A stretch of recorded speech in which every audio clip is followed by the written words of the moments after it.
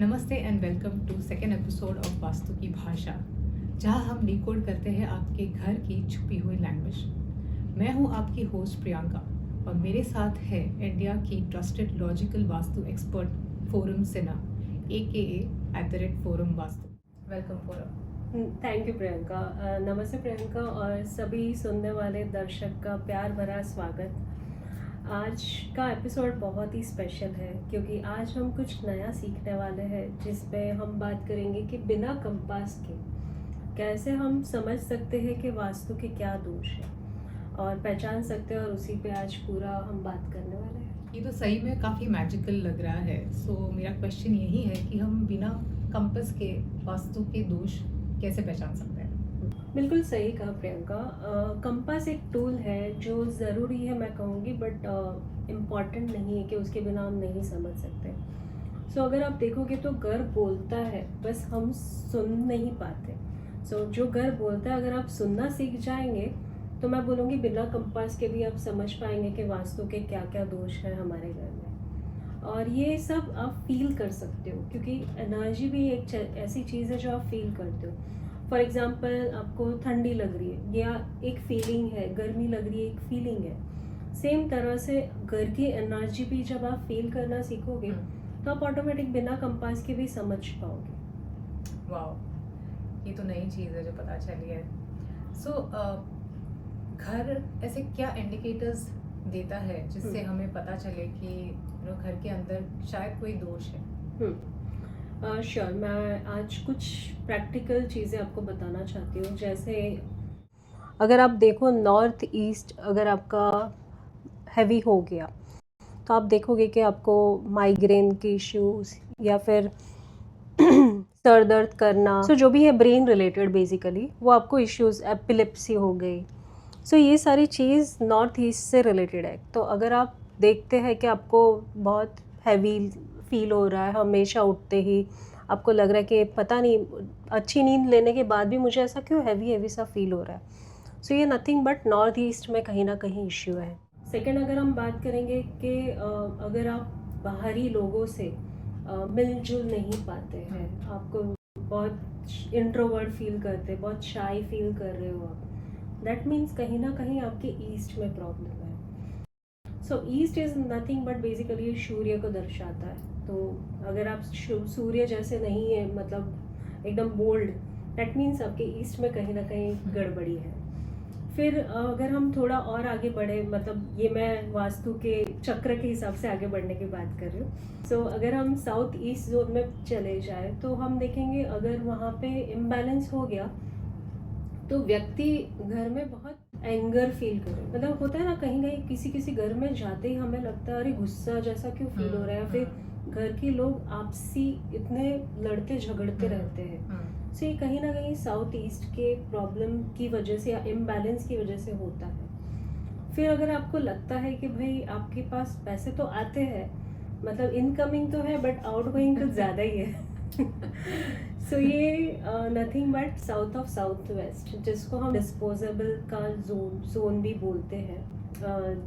अगर वहाँ पे कुछ इम्बैलेंस हुआ या फिर गलती से आपका लॉकर वहाँ आ गया तो फिर भाई आपको भगवान ही बचाए सो आप देखोगे कि आपके पैसे का फ्लो बहुत ज़्यादा निकलते जाता है, पैसे टिकते ही नहीं है। सो ये हो गया हमारे साउथ वेस्ट का प्रॉब्लम। अगर आप देखते हैं कि भाई मैं कितनी भी मेहनत करूं बट कुछ रिजल्ट ही नहीं आ रहा है, मतलब पता नहीं शनि भगवान हमसे क्यों नाराज़ है अगर ऐसा कुछ लग रहा है तो पक्का आपके वेस्ट में कुछ इश्यू है। या तो वहाँ पे स्लोप है, मतलब ज़्यादा नीचे आ गया वो पार्ट, या फिर वहाँ पे टॉयलेट आ गया, ऐसा कुछ प्रॉब्लम हुआ तो भाई आपके विश फुलफिलमेंट में बहुत इश्यू है। सो ये कुछ प्रैक्टिकल टिप्स। वाह, ये काफ़ी हेल्पफुल टिप्स है। आई थिंक सबसे पहले मैं घर जाके मेरा साउथ वेस्ट डायरेक्शन देखने वाली हूँ कि मेरा लॉकर कहीं वहाँ पे तो नहीं है but jokes apart, I think ये काफ़ी वैल्यूबल इंफॉर्मेशन है हमारे सारे व्यूअर्स के लिए। घर बैठे you can just quickly scan through your house and see कि आपके कौन से डायरेक्शन में आपके क्या चीज़ें हैं। And I think it's very important to balance all the directions and have the right energy in the house. सही बात है प्रियंका, बट इसमें जो लोग गलती करते हैं वो है कि कैसे देखे। अभी पता चला आपका लॉकर हुआ साउथ में या साउथ वेस्ट में, और आप जाके बोल रहे हो कि नहीं भाई ये तो साउथ साउथ वेस्ट में है। सो सही सेंटर पकड़ना भी एक कला है। तो इसीलिए वास्तु एक्सपर्ट की ज़रूरत पड़ती है कि एटलीस्ट आपको सेंटर और डायरेक्शन अगर पता है तो आप इजीली बैलेंसिंग कर सकते हो। सो ये तो वैसे ही हुआ कि भाई हम कंपाउंडर से दवा ले लें या फिर एक्चुअल एक्सपर्ट के पास जाए, तो दवा तो दोनों ही देने वाले हैं, बट अपनी पर्सनलाइज या फिर सही दवा सही इलाज कराना वो बहुत इम्पोर्टेंट है। Correct, agree. तो फोरम, आपने कहा था कि घर को फील करना बहुत ज़रूरी है, उसका सुनना बहुत ज़रूरी है, तो उसका क्या मतलब होता है? देखो, जब भी हम घर पे जाते हैं तो हमें कुछ फील होता है, तो क्या आपका मूड कैसा फील करता है वो आपको जानना ज़रूरी है। चलिए मैं आपको कुछ चेकलिस्ट देती हूँ। जैसे अगर आप घर में सो रहे हो या फिर आपको ज़्यादा नींद आती है या फिर आप रेस्टलेस फील तो नहीं कर रहे हो। सेकंड मैं बोलूँगी कि अगर कोई प्लांट आपने घर में रखा है तो वो मर तो नहीं जा रहा है, मतलब बालकनी में सरवाइव कर रहा है, बट जैसे ही हम इनसाइड ले आए तो वो मर जाता है। थर्ड, अगर बच्चे स्टडी या फिर कोई भी एक्टिविटी में कंसंट्रेट नहीं कर पाते, तो अगर ये 3 चेकलिस्ट में आप देखते हो कि सब आंसर्स मेरे सही आ रहे हैं, ये सारे नॉन वर्बल इंडिकेटर है, तो ये एनर्जी के इंडिकेटर्स है जहाँ पे आपको समझने या फील करने की ज़रूरत है। इसमें कोई कंपास आपको हेल्प नहीं करेगा, बट आप सेल्फ फील करके ही बता सकते हो ये चीज़ें। So viewers, it is very important कि आप आपके घर में होने वाली चीज़ों को ऑब्जर्व करें, एंड अगर आपको कहीं लगता है कि कहीं पे ठीक नहीं चल रहा है कुछ, तो आप प्लीज़ फोरम वास्तु पे आपके क्वेश्चंस पोस्ट करें, and forum is going to definitely help you with the best solution. Forum, on the same lines, क्या हम घर के लिए कोई छोटी सी चेकलिस्ट बना सकते हैं? बिल्कुल, ठीक है। आज से ही ये चेक करिए पहला कि क्या आपके घर के एंट्रेंस के सामने कोई मिरर तो नहीं है। सेकंड, क्या आपका टेम्पल कोई साउथ वॉल पे तो नहीं है। थर्ड, क्या बेड के नीचे सामान भरा पड़ा तो नहीं है। फोर्थ, मैं बोलूँगी कि क्या आपके प्लांट सिर्फ बालकनी में सर्वाइव करते हैं और जैसे ही अंदर ले आए तो मर जाते हैं। ये 4 चेकलिस्ट में से अगर आपके 3 या उससे ज़्यादा जवाब अगर हाँ है, दैट मीन्स आपके घर की अलाइनमेंट में इश्यू हो सकता है। मैं ये नहीं बोल रही होगा ही, बट हो सकता है। सो यहाँ पे मैं बोलूँगी आप चेक करिए ये चारों पॉइंट को और नोट करिए, ऑब्जर्व करिए। मैं नहीं बोलूँगी 1 दिन 2 दिन, take your long period, 21 days तक इसको नोट करते जाइए। और स्टिल ऑन 21st डे आपको लगता है कि मेरे 3 या उससे ज़्यादा चारों में हाँ आ रहा है, दैट मीन्स कुछ गड़बड़ तो है। ओके। सो थर्ड प्रॉब्लम जो आपने बोली कि बेड के अंदर सामान भरा पड़ा है, मेरे ख्याल से ये 70 to 80% ऑफ द बिल्कुल। घरों के अंदर, बेड के अंदर सामान भरा पड़ा होता है। Yes. सो आप ये सजेस्ट करोगे कि अगर we are not seeing something good happening in the house, should we dispose that? See Priyanka, मैं समझ सकती हूँ कि पहले के घर अगर हम देखें तो बहुत बड़े होते थे, और आप बेड देखोगे तो नीचे कोई स्टोरेज नहीं होता। करेक्ट। बट धीरे धीरे घर की साइज छोटी होती गई और हमें कहीं ना कहीं ज़रूरत लगने लगी कि बेड के अंदर भी हम स्टोरेज डालें।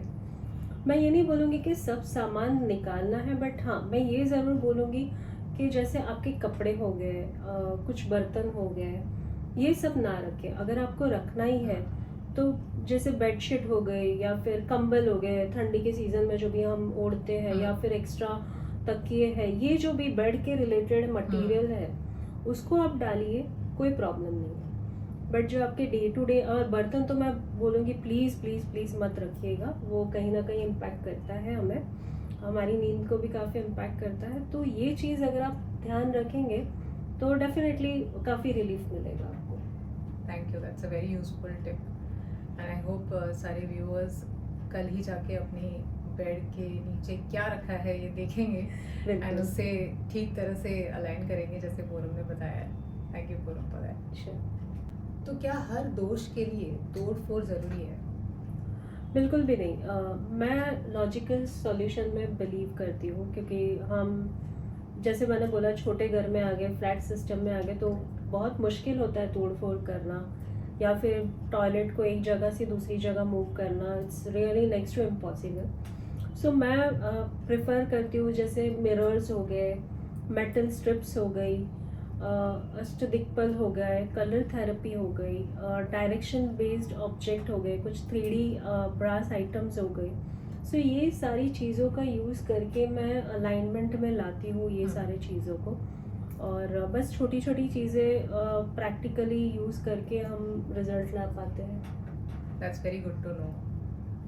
तो फोरम लिसनर्स के लिए आज का वास्तु चेक क्या है? सो मैं बोलूँगी कि सही एनर्जी, सही वास्तु तो सही अलाइनमेंट। तो चलिए आज हम देखते हैं अपने साउथ वेस्ट पे।